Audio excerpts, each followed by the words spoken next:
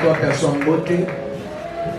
Na kombo tata, na kombo mwana, na kombo nani. Et ça. Amen. Tofandi, fanda. Na pesi biso mbote na kombo na Yesu. Zambe oyo apesi biso pema. Oyo apesi biso kimia. Alingi ete tobanda mois ya sika. Oyo tobengi mois de septembre. Et nazali ko rappeler na ndeko moko ozali parmi bandeko bazwi privilège wana euti na famille te euti na mokonzi ya mboka te, mais privilège wana euti na lola parce que septembre lelo ebele bamoni yango te.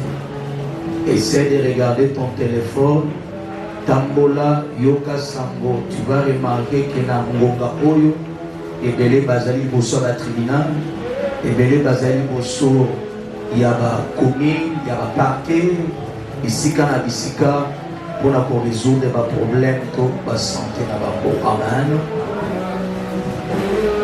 Les lieux causent un peu et causent la paix tout ensemble. Matthieu chapitre 28 verset 19 à verset 20. Et puis tu reçois 1 Corinthiens chapitre 4 verset 19. Je lis au nom de Jésus.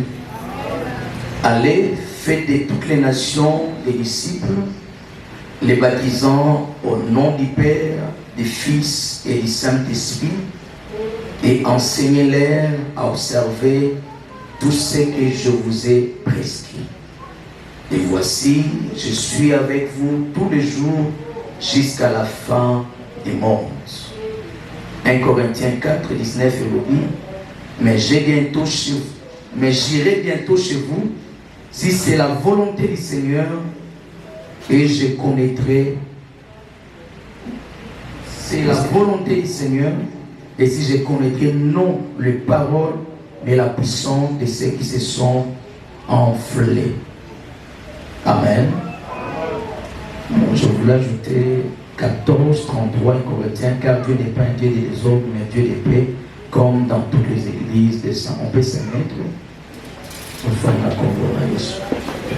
Et le terme que nous sommes en train d'introduire aujourd'hui, c'est les disciples. C'est les disciples. Les alités tout au long il y a mois. Et j'aimerais seulement quelques minutes introduire en gros. Vous allez remarquer avec moi, dans Matthieu chapitre 28, Jésus est en train de donner l'ordre. Azopesa etinda epaia baye kolinaye otobengi ba disciple. Alobi bokende pebosala na bamboka nyonso bakoma baye kolinanga bokoyeba kobatisa bango na kombo tata ya mwana pe ya molimo mosantu boyeba kolakisa bango nyonso oyo ngai nalobeli bino pe ngai nakoyeba kozala bino mokolo nyonso kino na suka ya molongo. Et na verset 19 esika wapi tozali komonda manda ya disciple. Okotuna nga disciple la kisini na kati nango il y a le mot disciple. Alléluia. Il y a le mot disciple qui veut dire apprenant ou encore mutu oyo ceux qui sont enseignés par Toyo Bazali côté yama. Et vous allez remarquer avec moi na nyonso tolobi sur l'ordre et la discipline, sauf qui seulement tozali ba disciple en colo, on n'aura pas de problème. Des hommes de Kozalate, indiscipline Kosanini, le Kweba Kozalate. Alléluia. Et dans verset numéro 20, et sokotali ba version mususu, et sika bazali koloba boyeba ko enseigner. Donc il y a le mot formation.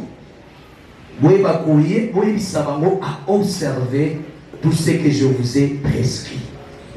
Donc il y a l'enseignement et nakatuana tozomona pe bita dispola pour apprendre à obéir à tout ce que Jésus a commandé. Alléluia. Il y a des ceux-là qui sont déjà disciples au bazana Yesu Masia et puis Yesu azali koyebisa bango boke nenga pe na tilibino boke ko komisa bato mususu dans les nations tozomona Congo ezana kati tozomona Rwanda ezana kati tozomona bamboka nyonso États-Unis nyonso ezana kati. Alléluia. Boulou ezana kati Kassel ezana kati tout est dedans. Donc nous devons faire des disciples. En fait, dans le disciple il y a 3 niveaux. Et ça dit un niveau, il y a pour apprendre. Les autres, s'ils sont avec nous, ils doivent apprendre. Et dans le deuxième niveau, quand tu apprends, au commun maintenant dans le deuxième niveau pour obéir. Parce qu'il ne suffit pas seulement à koyoka. Moko intervenant au lobby, bazali koloba. Bazali kopesa ma recommandation n'est pas tout bazali kosanini ko mettre en pratique. Il a même dit que ceux qui te mettent seulement en pratique tout ce qu'on dit déborde mais osanini et kosalama awa.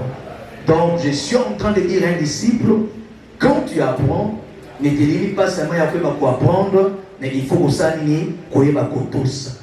Et tango koyeba kotosa et comme nous sommes à 3e niveau pour yoper au commissaire disciple. Faire d'autres personnes comme m'appelle au col là, il va comme un disciple au col là. Alléluia. Et le col là Pierre a comme un disciple. Le col là Jean comme un disciple. Le col là Anda comme un disciple.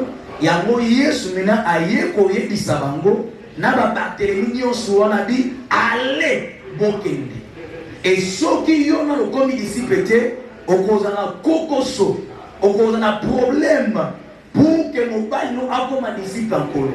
Au cause de problème pour que ta femme, à cause de l'égalité salaka, a comme un disciple encore.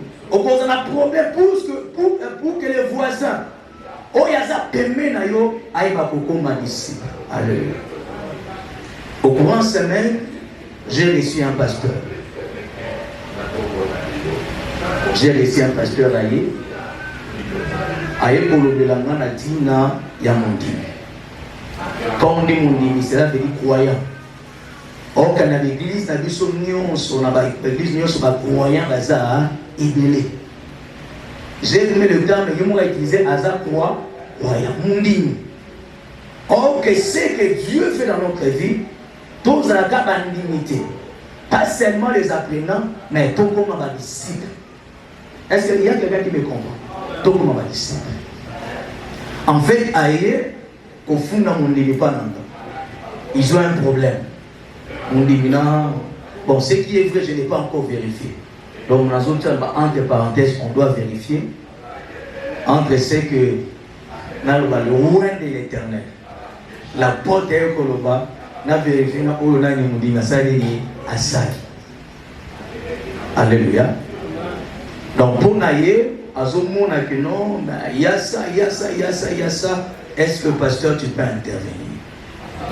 Est-ce que tu peux intervenir? Amen.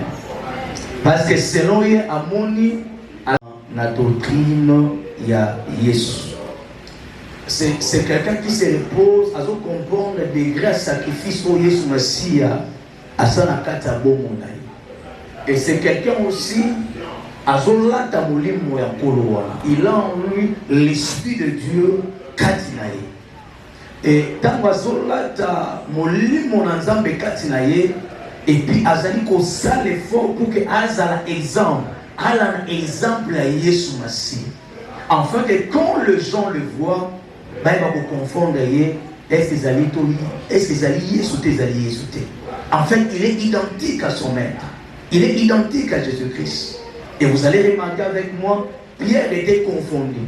Parce que tant que Monier permet dans mon tour, malgré le mytho, mais il l'obéit. Il l'a télé.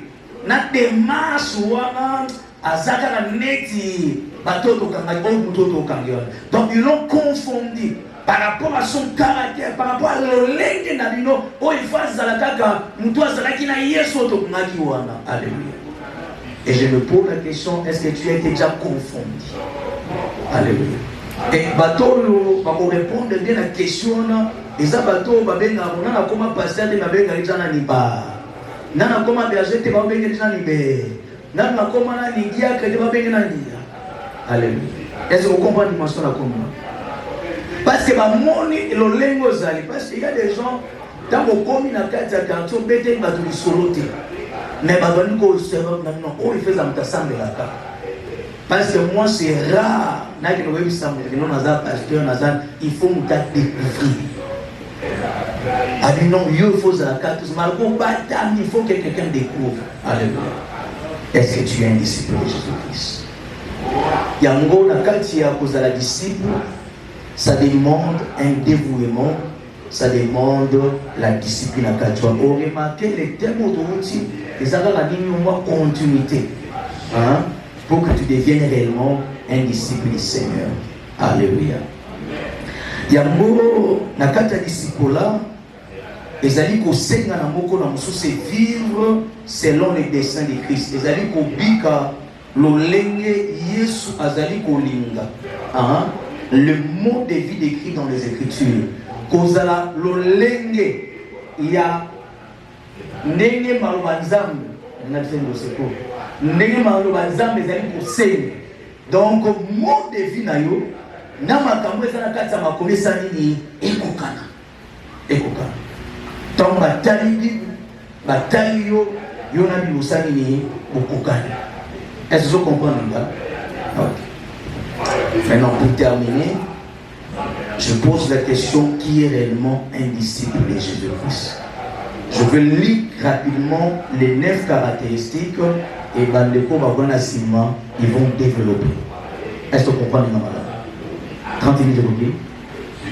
Vous êtes sur le monde. Ok, la première, de toute ta force, de toute ton âme, ok? Donc tu dois avoir un amour suprême pour le Seigneur. La deuxième caractéristique, en tant que disciple en colo, tu dois avoir un amour suprême pour les autres disciples, pour les frères et sœurs. C'est ce que nous allons faire maintenant. Le cola, ton moni maman j'évitais, il faut que les ton moni pour te sembler la ponaille. Le cola, ton moni sœur natalité, il faut que les ton moni te sembler la ponaille. Le cola, ton moni nanité. Le cola, ton moni guilité. Il y a quelqu'un qui me comprend? Avoir un amour suprême pour le frère, les sœurs dans le Seigneur. Tous en abolingo na bango makas. La troisième caractéristique d'un disciple, nous devons vivre la séparation d'avec la famille. Là, je précise bien, il faut faire attention quand je dis d'avec. Avec la famille. Ou on a bâti la séparation d'avec le moi. Pour comprendre ma langue, hein, pour comprendre ma langue en fait, essayer na biso kolinga Yesu Masia koleka ma famille na biso. Jésus doit être la priorité et puis famille ça ni et kolanda na sima. Nous devons aimer Christ koleka famille na biso. Tu ne dois pas aimer ton père plus que Jésus-Christ. Tu ne dois pas aimer ta mère plus que Jésus. Tu ne dois pas aimer ta fille plus que Jésus-Christ. Alléluia. Il y a des gens qui aiment leur proche que les Cananiens Yesu Massi. Est-ce que ça se fait comprendre? Quelqu'un va me dire non, et va kabuli sima mabuta na bine monate. On attend on a Luc chapitre 9, versets 59 à 61. Et vous allez remarquer quand les disciples allaient à la Yesu Massi, à Ebisikolo, permets-moi d'aller d'abord ensevelir mon père. Alléluia. Et Yesu c'est qui est hein? Laissez les morts enterrer les morts. Celui qui met la chair et regarde en arrière n'est pas digne d'être mort. Nous devons aimer Jésus plus que notre famille. Alléluia. Et puis avec la séparation d'avec moi, koleka yo moko. Et ça va nous ba nilingaka. Hein? A nilingaka et koleka azuli a nilingi mo koleka zambe et ce qui n'est pas bon. Alléluia. La vraie yo moko. Amen. La cinquième caractéristique, aux atomundi. Hein? Afia et le réseau Bamisana. C'est le cinquième point, n'est-ce pas? Ok. Tu dois porter la croix. Être un disciple du Seigneur, tu dois porter la croix. Luc 14, verset 27. En fait, c'est pour dire nous devons accepter de souffrir pour l'œuvre du Seigneur. Alléluia. On est lobby. On y a comme un disciple en colo. Azali pour se charger na croix na été. Azali ni akweba kozala disciple en coloté. Est-ce que tu acceptes de souffrir pour le Seigneur? Et sixième caractéristique, il faut qu'on renonce. Renoncer à tout. Ce qu'on dit kozala disciple en colo. Yeba kotika nyon sopona. Jean chapitre 3, verset 9. Il ne pratique pas le péché. Parce que la sémence du Père est allée katinaï. Donc si tu es né de Dieu, tu ne pratiqueras pas le péché, la katina finale. Alléluia. Est-ce que tu es un disciple du Seigneur? Téléma tout ça. Téléma tout ça.